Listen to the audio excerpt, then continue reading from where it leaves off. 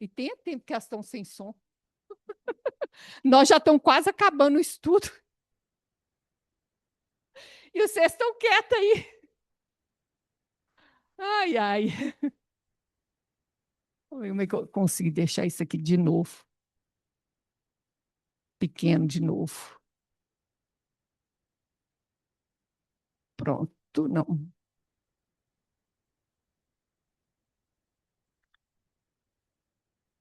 Será que vai dar certo?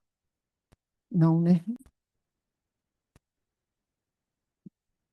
Gente, vocês ficaram calados há muito tempo. Eu tô besta. Não, vou ter que pegar isso aqui.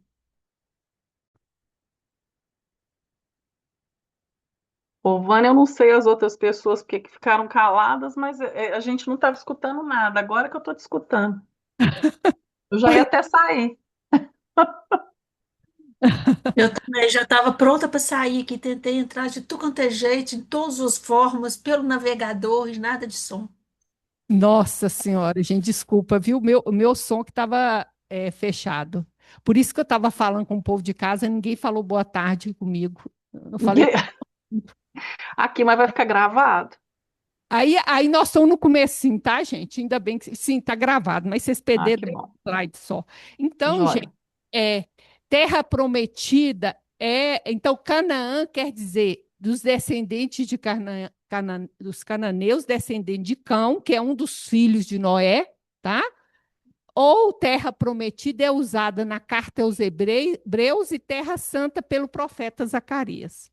Tá? Agora, o problema fica mais complexo quando a gente chega na Palestina, porque esse Simão Bar Cokhba, ele faz uma rebelião contra Roma no ano 135 e o imperador Cláudio, vamos dizer assim, abafa essa rebelião, né?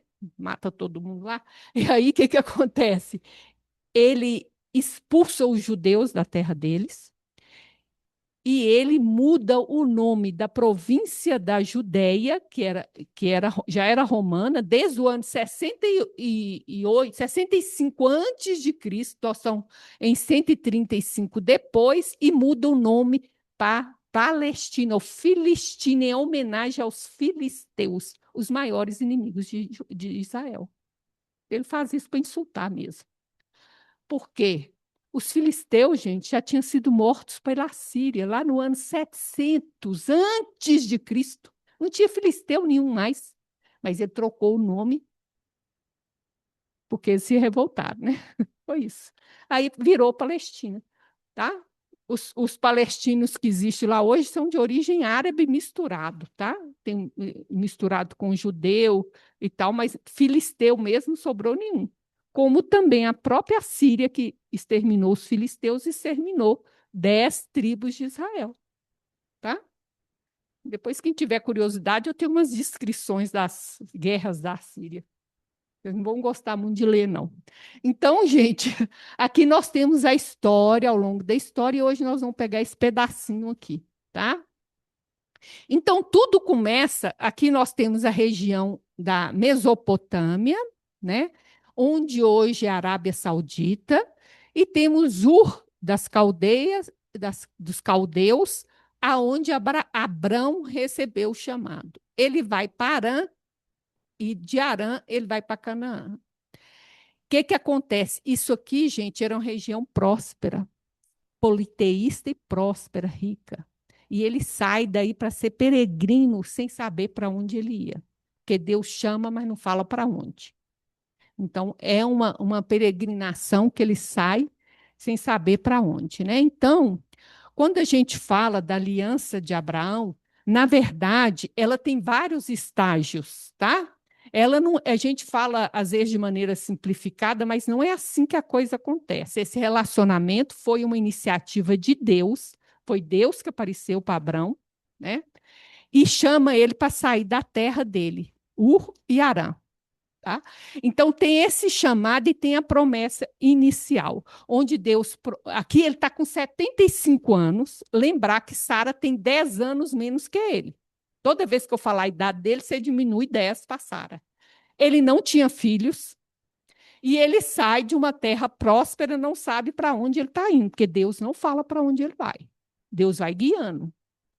E o que acontece? Ele recebe a promessa de uma descendência, uma enorme descendência, de uma terra e de que nele seriam benditas todas as famílias da terra. Esse aqui que é o centro da promessa, ó. Que na descendência dele, no singular, na descendência dele, todas as famílias da terra serão abençoadas. Aí a gente já vê a promessa do Cristo, que a gente vai cumprimento aqui, ó, tá? No segundo estágio, aí ele já está com 85 anos, filho nenhum. Aí ele resolve questionar Deus, né? Sara, 10 anos menos. Ele questiona. Será que a gente não tem que adotar um menino, servo? Deus, o filho da promessa vem por Sara. Sarai, aliás, que ele é Abrão e Sarai. Aí o que acontece? Ele acredita em Deus. E isso é imputado como justiça. Ou seja, Abraão, ele é chamado de justo por causa da fé dele, e ele é a raiz de nossa fé por causa desses dois atos aqui. E isso representa muito psiquicamente, viu, gente? Essa entrega a Deus sem saber aonde vai dar. Tá? Isso é um processo psíquico profundo. E a segunda coisa, a fé contra todas as evidências. Abraão não vai ver nenhuma das promessas dele se cumprindo, gente. Quando ele morre, ele tem 2 filhos. Ninguém está abençoado na descendência dele. Ele não tem terra, tá? E o que acontece? Ele ainda não viu essa família ser bendita, né? Então, por isso, ele é o pai da nossa fé. Né? Que é um homem que foi capaz de, nessa relação de Deus, crer contra todas as evidências. Quando chega no terceiro estágio, aqui entra a circuncisão. Aqui começa a surgir o povo de Israel. Então, Paulo vai usar muito isso, gente, que até aqui tudo isso dizia todas as pessoas da terra, não só Israel. Porque a circuncisão só surgiu no terceiro estágio. E o nome dele é mudado de Abrão para Abraão e Saraí para Sara. Abrão quer dizer pai exaltado e Abraão, pai de muitas nações, né? E Sara, ou Saraí, mudou de Saraí para Sara, é princesa. Aqui surge a circuncisão, tá? E Paulo vai usar isso também como argumento, por isso é que nós, os gentios, para nos tornarmos cristãos, não precisamos da circuncisão, porque a promessa já existia antes. O Cristo já foi prometido aqui, que na tua descendência todas as nações serão abençoadas. Ele está falando do Cristo, não sou eu não. Gálatas e Romanos, Paulo vai fazer essa interpretação, tá? E aqui, então, tem a prova e a confirmação da aliança. É quando oferece Isaac, né? Lembrando, esquece Hollywood, Isaac tinha entre 20 e 36 anos, não era uma criança, como coloca nos filmes. Então, veja bem. Aí, depois do episódio de Isaac, né, que não é sacrificado, tem de novo a confirmação da aliança. Então, gente, aqui, ó, quando ele faz a circuncisão, ele está com 99 anos. Ele já tem Ismael, mas não tem filho ainda não. Porque o filho vem quando, Marcelo? 100 anos, que vai vir um filho.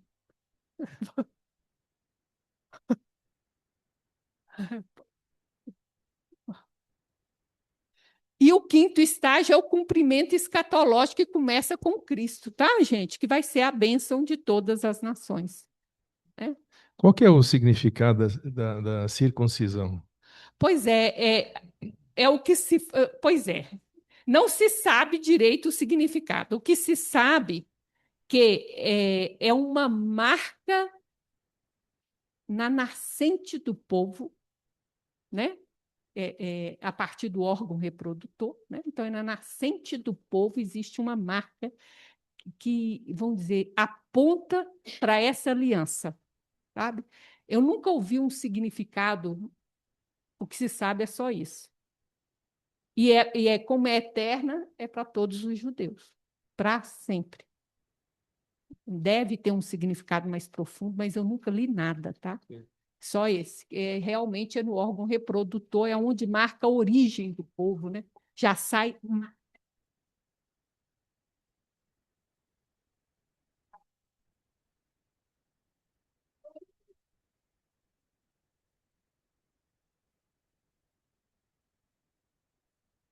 Que ainda não se completou, né?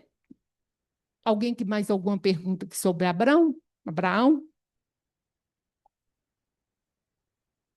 Então, gente, olha, Abraão teve, com a escrava Agar, ele teve Ismael. Daqui vem o islamismo que vai surgir em torno de 800 anos depois de Cristo. E através do filho da promessa, que é Isaac, que é filho da Sara, aí vai surgir o judaísmo e do judaísmo o cristianismo. E aí o que acontece? Então nós temos Terá aqui, que vai dar Abraão, que vai dar Isaac, que vai dar Jacó. O que acontece? Isaac, ele vai casar com a Rebeca e ele vai dar filhos gêmeos, que são Esaú e Jacó, né? E o que acontece? Nós temos aí o episódio de Jacó tentar roubar a primogenitura de Esaú, com a ajuda da mãe, e acaba tendo que fugir para a terra da mãe dele, Rebeca, que é Arão.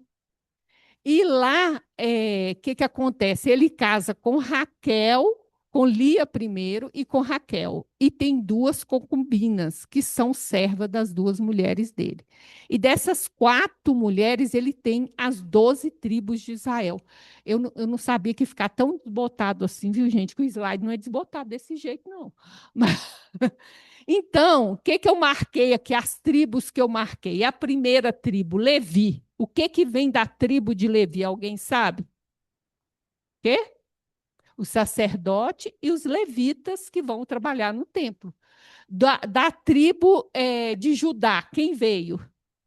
O Cristo. Isso é importante, porque quando você vai ler o Apocalipse, no Novo Testamento, ele é o cordeiro, mas no Apocalipse, ele é leão da tribo de Judá. Senão você não vai saber de quem está falando, né? E nós temos Isacar. Quem é que nós conhecemos que é da tribo de Isacar? Estevão. E da tribo de Benjamim? Paulo, né? E aí, gente, o que acontece aqui? O primogênito é esse aqui, Rubem. Só que Rubem se deita com Bila, a concubina do pai. Aí ele perde a primogenitura. E nós vamos ver que a primogenitura vai passar para José. O que acontece aqui, né, gente?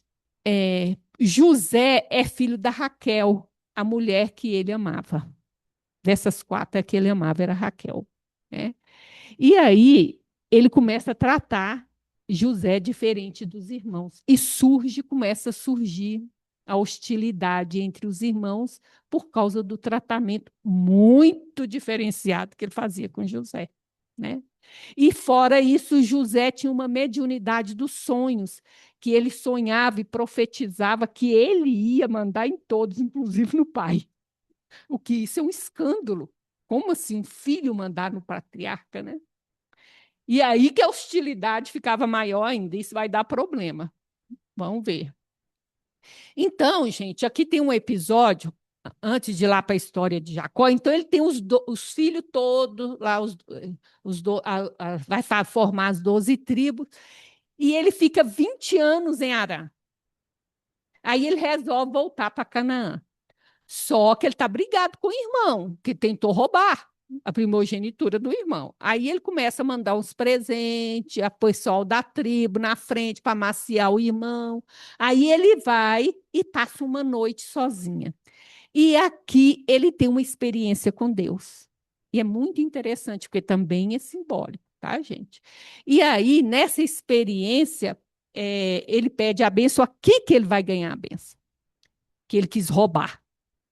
Aí ele vai ganhar a bênção e aí Deus vai mudar o nome dele. vai mudar o nome dele para Israel. E é por isso que israelitas são descendentes de Israel, que é Jacó. Tá? E aí, o que acontece? Aí nós temos, o que os irmãos fazem? Vende o irmão José para os midianitas.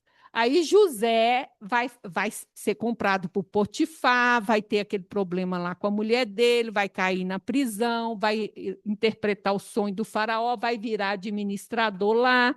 E aí a família passa fome, volta e vai para Canaã e eles entram em acordo lá, perdoa e a família migra para o Egito, que é logo depois vai começar a escravidão, né?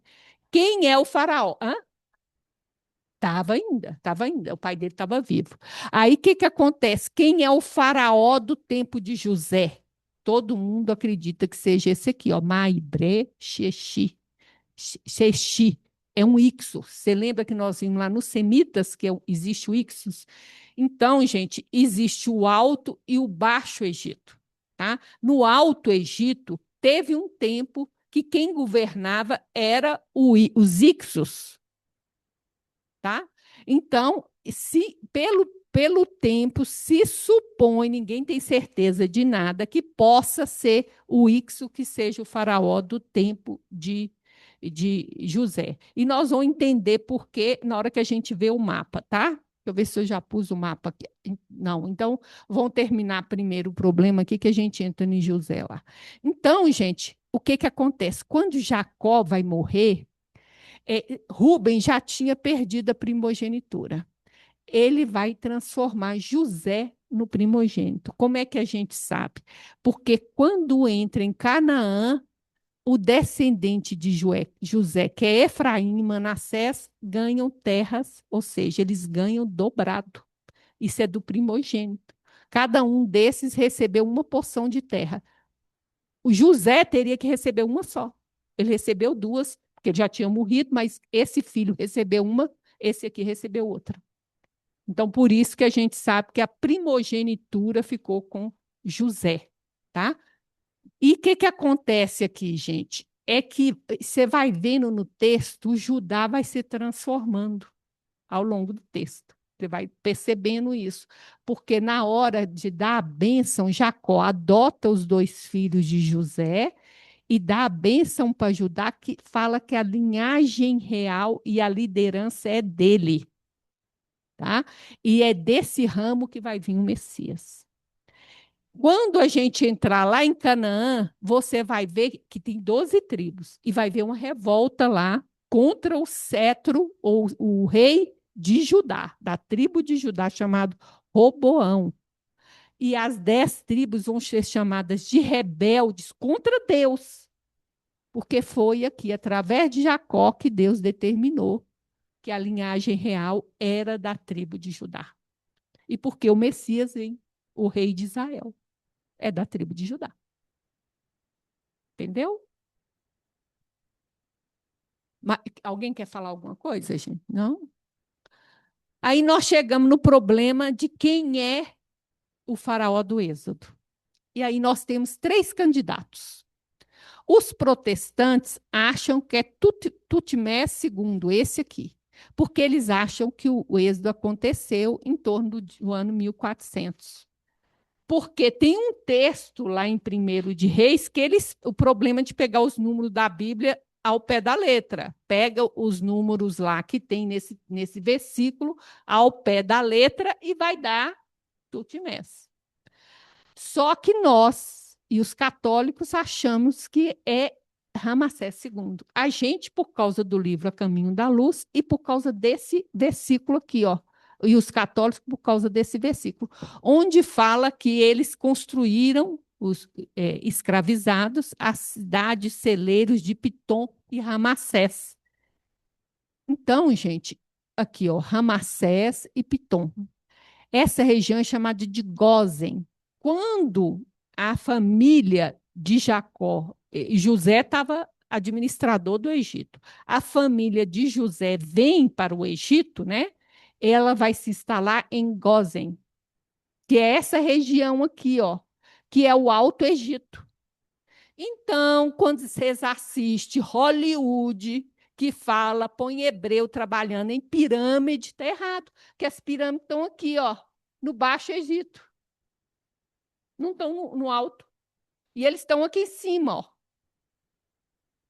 E outra coisa, as principais pirâmides são de 3.500 anos antes de Cristo.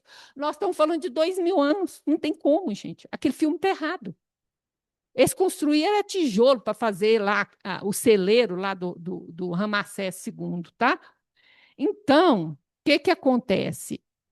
Pi-Ramsés era a capital do faraó Ramsés.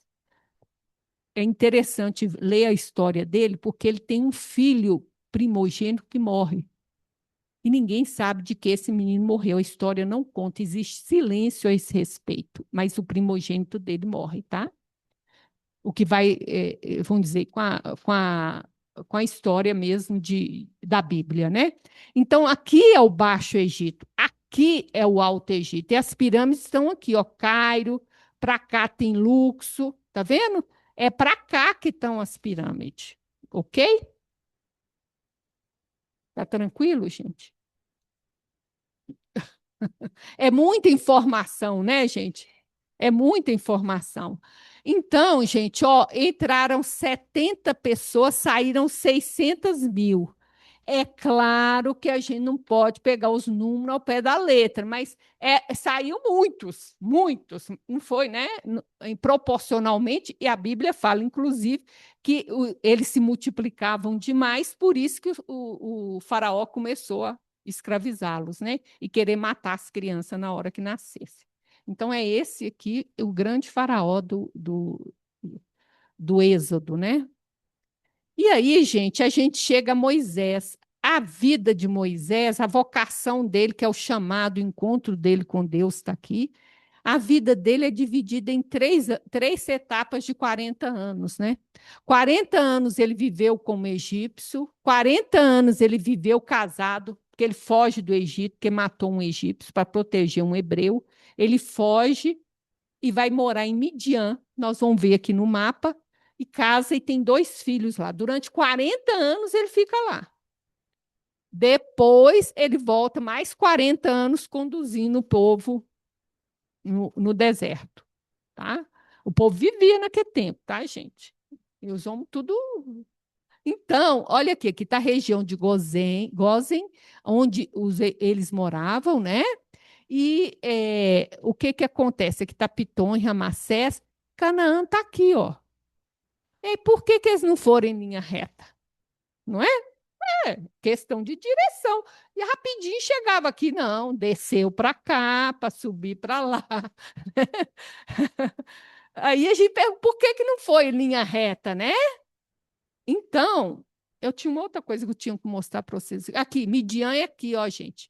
Então, ele fugiu do Egito, foi para cá, casou, e quando ele tem um chamado, ele está pastoreando, ele passa para cá, ele sai atrás de pastos, né? Porque é deserto, né, gente? Onde tem pasto, eles vão andando, passa meses andando. Então, ele chega em Horebe, ou Monte Sinai, que é a mesma coisa, essa é a península do Sinai, onde ele tem um chamado com Deus, tá? É aqui. Então, a pergunta é, por que não foi em linha reta, meu? Aí a resposta está aqui, ó. Existe um negócio chamado Via Maris, que é uma rota comercial que sai do Cairo e vai até Damasco. Já existia naquele tempo. Então, o que acontece? De trechos em trechos tinha entrepostos egípcios, porque o Egito mandava nesse trem aqui tudo, tá, gente? Inclusive em Canaã. Não era um país, mas eram cidades-estados egípcias, tá? Eles que mandavam. Então, tinha entrepostos aqui, fortificados e armados. E eles saem e depois eles passam a ser perseguidos, vocês se lembram, né? Então, eles se tornam fugitivos. Então, eles não podem pegar essa estrada. Por razão óbvia, né? Você entrar na boca do leão. Você está fugindo dos egípcios e vai para os entrepostos de soldados egípcios que fazia a segurança dessa estrada toda, tá? O povo que saiu do Egito, os descendentes de Jacó. Moisés dirigindo todo o povo, os descendentes de Jacó. Inclusive, ele também é descendente, né? Segundo aqui, 600 mil, né? Mas lembra que os números não podem ser pego a pé da letra, né? Entrou 70, saiu 600 mil, segundo aí os números da Bíblia. Sim, aqui, ó. Entraram 70, saíram 600 mil, sem contar homens e meninos, tá? Homens, sem contar os meninos. Também não conta.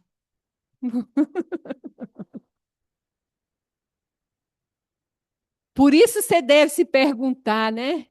E o que Maria estava fazendo lá, né? Se ela não é contada, né? Uma interrogação para você pensar. Não. Aí vão lá, né, gente? Então, o povo passeando no deserto, passeando, não, fugindo no deserto, durante o dia tinha uma coluna de nuvem que guiava eles. E de noite, eles estão fugindo, tá, gente? Tinha a nuvem, ou a coluna de fogo. Então, de dia era uma coluna de nuvem, de noite uma coluna de fogo. E assim eles fugiram, conseguiram fugir, tá? E aí, gente, a gente tem umas falas aqui sobre Israel que é muito importante. Quando ele está lá tentando convencer Moisés a aceitar a missão, ele fala para ele falar para o faraó que Israel é o meu primogênito. Tá vendo? Então, gente, primeiro, é por isso que a gente fala que Israel é nosso irmão mais velho na fé. Vindo aqui. Então, que é o plano de Deus? Eu formo uma nação, trabalho essa nação, e essa nação vai ensinar os seus irmãos mais novos. Esse é o plano, tá? Por isso, esse é o papel do primogênito na família patriarcal. E aí, qual que é o plano? Eles serem reino sacerdotal e povo santo. Isso aqui a gente vai ver que no Novo Testamento Jesus vai retomar para que cada um de nós seja sacerdote. Por isso que você não precisa de sacerdote.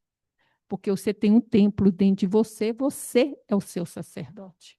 Né? Esse plano aqui, ó, é retomado por Jesus, né? O reino dos céus está dentro de nós e entre nós, né? E de transformar cada um no sacerdote. Já era retomando esse plano aqui, ó, tá? E povo santo, povo que tem um vínculo com Deus, né? E aqui está a explicação por que ele escolheu Israel. Eu escolhi, não é porque você era grande, porque ter filho, gente, é ser abençoado naquele tempo. Quanto mais filho você tem, mais abençoado você é. Quanto maior é uma nação, mais abençoada ela é. Então, não foi porque você é uma multidão, é porque você era pequenininho. Por isso que te escolhi.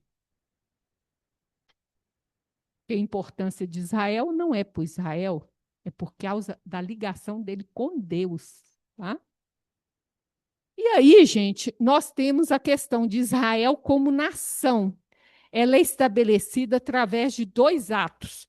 O primeiro ato é o sistema jurídico e administrativo. O que acontece? Jetro, o sogro de Moisés, aconselha ele escolhe 50 homens em meio ao povo que vai fazer esse processo daqui. O que ele não conseguir resolver, ele traz para Moisés. O que Moisés não consegue resolver, leva para Deus. E a lei no Sinai.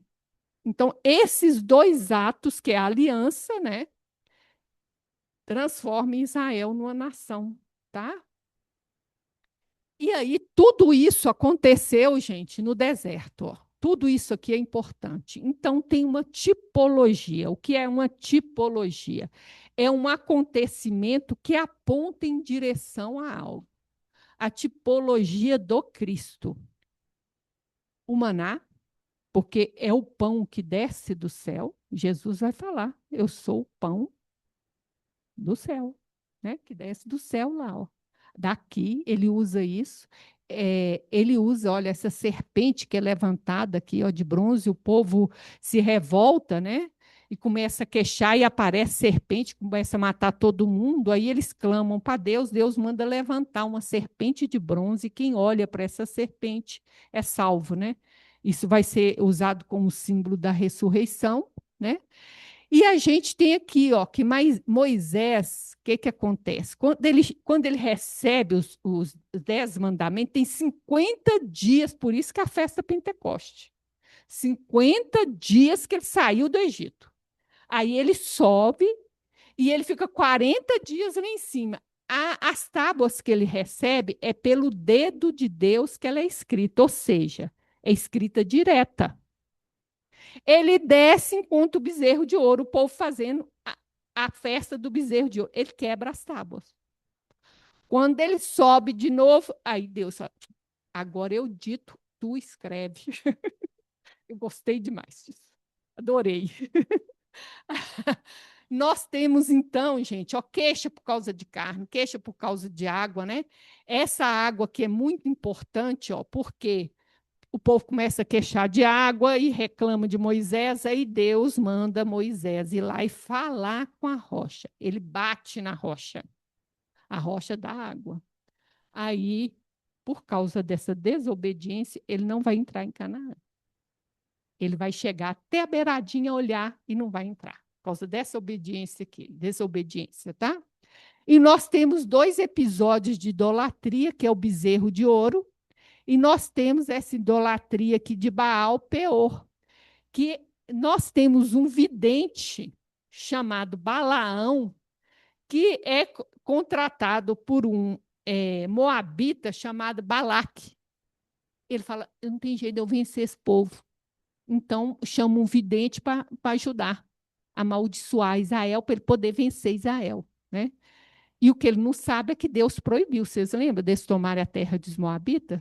Israel não ia atacar os moabitas, porque estavam proibidos. Mas ele não sabia disso. Só que Balaão não consegue amaldiçoar Israel.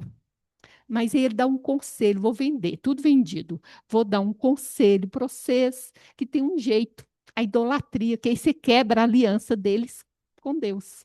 Deus não quebra a aliança, mas esse pode quebrar. O que que eles fazem? Eles mandam as mulheres moabitas e midianitas, através da prostituição sagrada, envolver os homens de Israel que passam a adorar Baal. Tá? É aqui, ó, idolatria de Baal, Peor. Nós temos a questão da herança da mulher, que a mulher passa a ter direito à herança, tá? Aqui, esse caso aqui. Nós temos a rebelião de Miriam contra Moisés, porque eles eram irmãos. Ah, mas se nós tudo aqui é sacerdote, por que você tem que ser o chefe? Ela fica leprosa e ele interfere e ela é curada, mas a liderança continua com Moisés. E aí nós temos a rebelião dos levitas também, que eles falam a mesma coisa. Nós somos tudo da mesma tribo. Aqui, levita. Aí Deus escolheu logo o irmão de Moisés. Todos nós ia pensar nisso. Esse bilhete aí está falsificado, porque escolheu logo o irmão dele para ser sacerdote, né? E se nós todos somos sacerdotes, por quê? Por quê, gente? O sacerdote é elite do templo, tá? Os levitas servem ao sacerdote. Os saduceus são sacerdotes. Os levitas são o resto da tribo de Levi, que limpa o templo, que canta no templo, que abre o templo, que limpa o templo. Tudo isso é eles. Eles são pobres. Os saduceus não. Os saduceus são. Nós vamos ver como é que surgiu os saduceus. Mas veio da tribo exatamente dos sacerdotes, tá? Então, tem a rebelião. Nessa rebelião, o que, que Deus manda? Arão colocar um bordão, um pedaço lá de um pau de amendoeira, e cada um deles pôr um pau de amendoeira lá na tenda do encontro. O único que floresceu foi de Arão. Então, é isso. Então, tudo isso aqui é importante, tá, gente? Por causa da Meribá. Deus falou com ele, fala com a pedra. Ele bateu na pedra. Não, se ele falou ou não, não interessa. Deus não falou para ele bater na pedra. Ele pode até ter batido e falado. Não sei. Não, era para falar só. E ela deu água, mas por causa dessa desobediência, ele não entra em Canaã. Ele vai morrer bem na entrada, nós vamos ver aqui. Então, gente, aqui tem instituição de todas as regras de cada festa, de tudo mais. Tem 3 que são obrigatórias ir a Jerusalém, que é a festa de Páscoa, o Pentecoste, né? A Páscoa é a saída lá no Êxodo, né? Na noite, né, de saída. O Pentecoste é 50, por isso chama Pentecoste, 50 dias depois que saiu do Egito, recebeu as leis do Sinai. Comemora isso, né? Em nós, essas festas vão ter outro sentido. As festas é a mesma, mas o sentido é outro, né, gente? E aí, a tabernáculo, que é para lembrar o tempo que o povo peregrinou no deserto. Tá? Essas 3 são obrigatórias, ir a Jerusalém. E aí, o que acontece? Aí vem o problema de Levi. Ó. Levi veio de Jacó, 12 tribos, uma delas é Levi.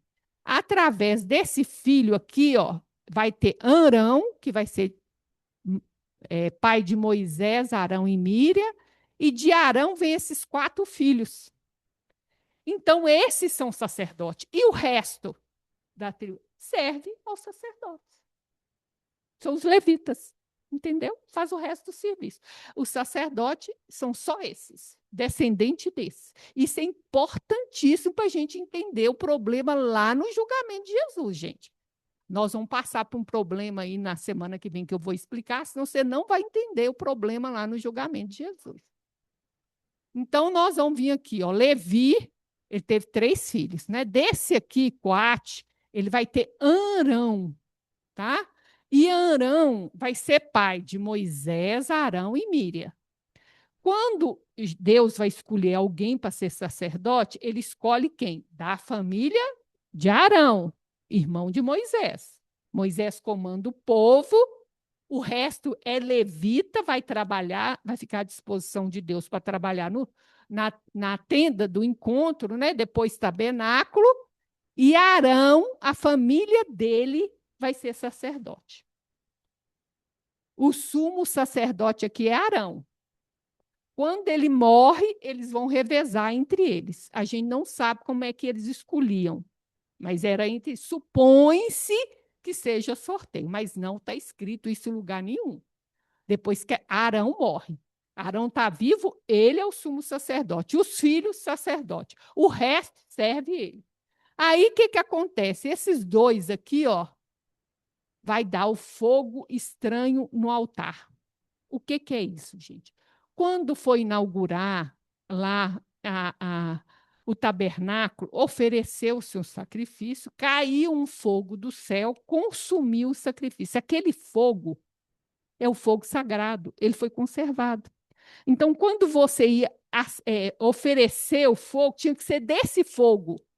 Não podia ser o fogo da minha casa, porque esse é que caiu do céu. E aí os 2 ofereceram fogo estranho. Morreram. Então ficou só esses 2 filhos aqui. É desses 2 filhos que vão vir o sacerdote e o sumo sacerdote. Ô, Vânia, Oi. eu não estou vendo a câmera quando você aponta. Quais filhos?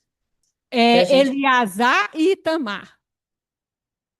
Eleazar e Itamar. Então, Ok. Arão tem 4 filhos: Nadab, Abiú, Eleazar e Itamar. E quem morre aqui, ó? Nadab e Abiú. Ok. Tá ok? Obrigada. Você Ok, pode obrigada. falar aí que o negócio é só aqui. Aqui. E aí, gente, o que é importante a gente ver aqui, ó? Quando Deus fala com Moisés, eu farei um santuário e habitarei. Então, o que Deus está pensando? Primeiro, vocês vão ser sacerdote. O povo não dá conta de aproximar de Deus. Eles têm medo. Por isso, eles pedem Moisés para subir a montanha. A montanha pegava fogo, buzinava, havia trovão, e eles tinham medo. Então, o que Deus falou? Eles não conseguem ser povo sacerdote. Então, desço eu, vou morar no meio do povo. Por isso, constrói-se o tabernáculo. E aí, só que essa palavra aqui quer dizer no meio e quer dizer dentro. E Jesus vai retomar isso aqui. Quando ele fala, o reino dos céus está dentro de vocês e no meio de vocês. E essa noção que vai tornar a gente sacerdote, tá? Esse é o projeto inicial de Deus. E aí, o que é importante também?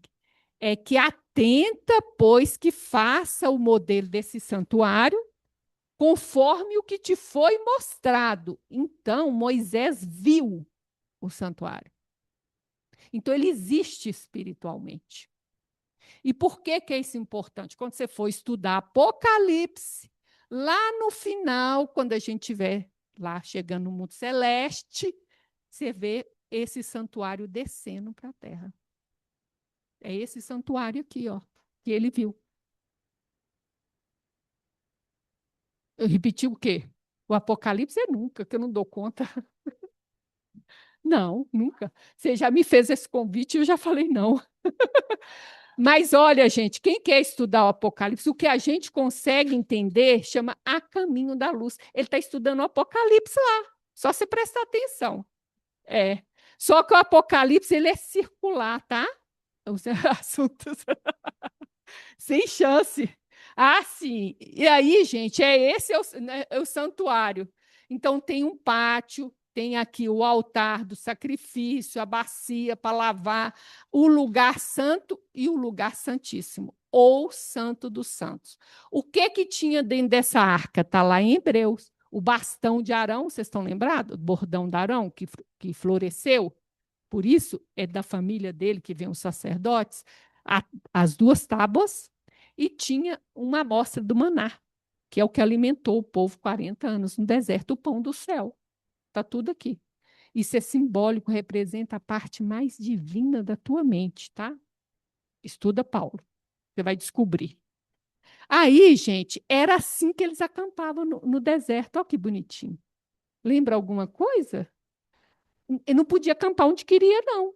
Era tudo organizado. Tinha trombeta para acordar, trombeta para andar, tá? A cada uma das tribos, ó, tá aqui, ó, Judá, Isacar, cada uma das tribos num sentido do, como é que fala, gente? Sentido norte, sul, leste, oeste, entendeu? Todo mundo tinha o seu lugarzinho. E no meio, o santuário. Então, eu vou ficar no meio de vocês aqui.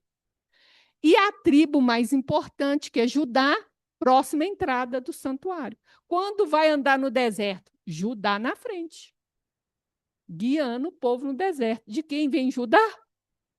O Cristo. Olha só que coincidência, né? E cada três tinha uma bandeira, né? E a bandeira de cá é um leão. Leão da tribo de Judá, peregrinando na frente de todas as tribos. Tudo é simbólico, gente. Tudo é simbólico. Não tem como, né? Aí, bom, aí nós vamos descobrir agora. Aí eles demoraram 2 anos para chegar lá na porta de Canaã. Chegaram lá, o que Moisés falou? Uma pessoa de cada tribo vai entrar dentro dessa terra e olhar como é que as coisas são lá, espiar, ver como é que eles são organizados e traz a informação para nós. Aí, o que acontece? Todos eles ficaram 40 dias na terra de Canaã, andando lá dentro, cada um para um canto. Aí todo mundo foi unânime em falar: essa é a terra que mana leite e mel. Ou seja, é uma terra frutífera, próspera, maravilhosa. 10 deles falam: não entra não, que lá é tudo gigante.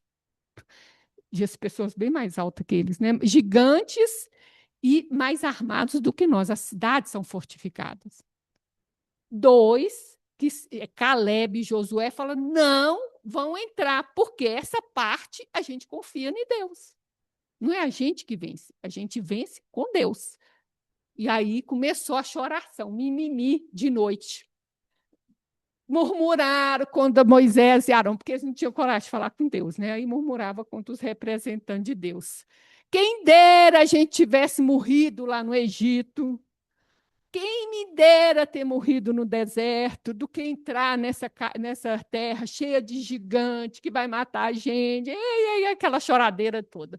Aí Deus fala, tudo bem, eu vou fazer o que vocês querem, vocês vão morrer no deserto. Não vai entrar.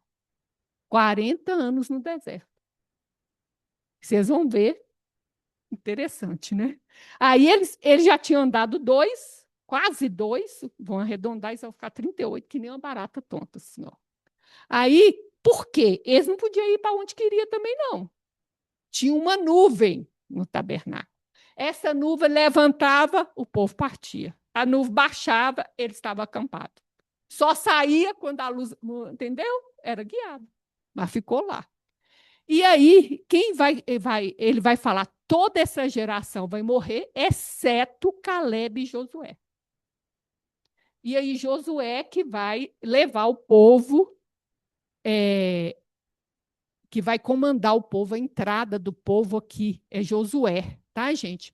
Aqui, ó, tem um chamado Monte Nebo, aqui, ó.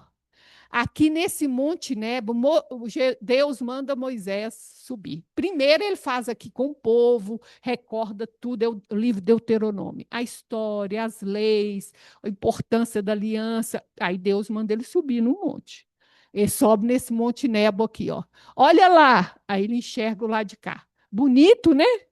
Lindo. Tu não vai entrar lá, não. Você lembra de Meribá? Aqui, Moisés morreu, não entrou na terra prometida. Quem entrou foi Josué. Mas, gente, olha bem, o povo fica 38 anos fazendo isso aqui, ó. Sabe o que é isso? O simbolismo das nossas reencarnações com baixo teor espiritual. Você não dá conta de entrar em Canaã? Não. Tu vai ficar rodando aqui, ó.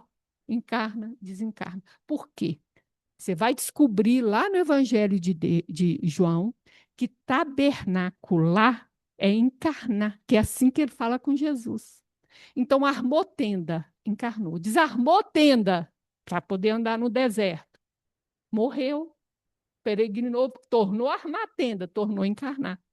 Então, você fica aqui, ó, que nem barata tonta, encarnando, desencarnando, encarnando, até o dia que você resolve entrar em Canaã. Onde é que Canaã está? Dentro de ti.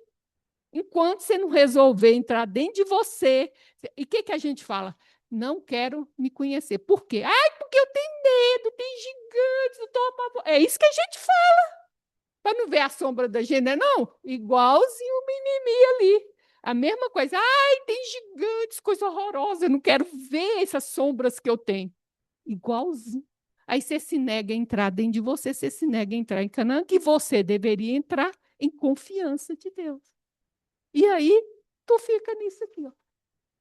As reencarnações com baixo teor espiritual. Fica rodando, rodando, até o dia que você resolver entrar. Entendeu, gente? Tudo é simbólico.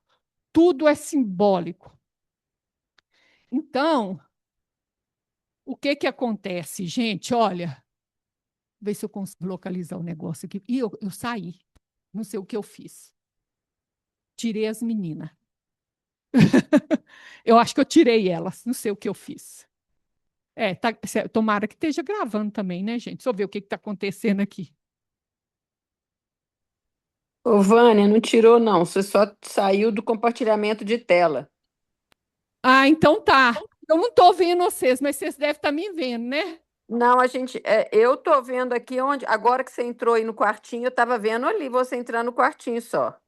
Aí, e vendo o compartilhamento de tela, mas não vendo você falar nada. Ok, gente. Então, é o seguinte, esse negócio é secreto, tá? Eu não sei por que isso acontece também, não sei reverter. Então, vocês vão fazer... Ixi, travou.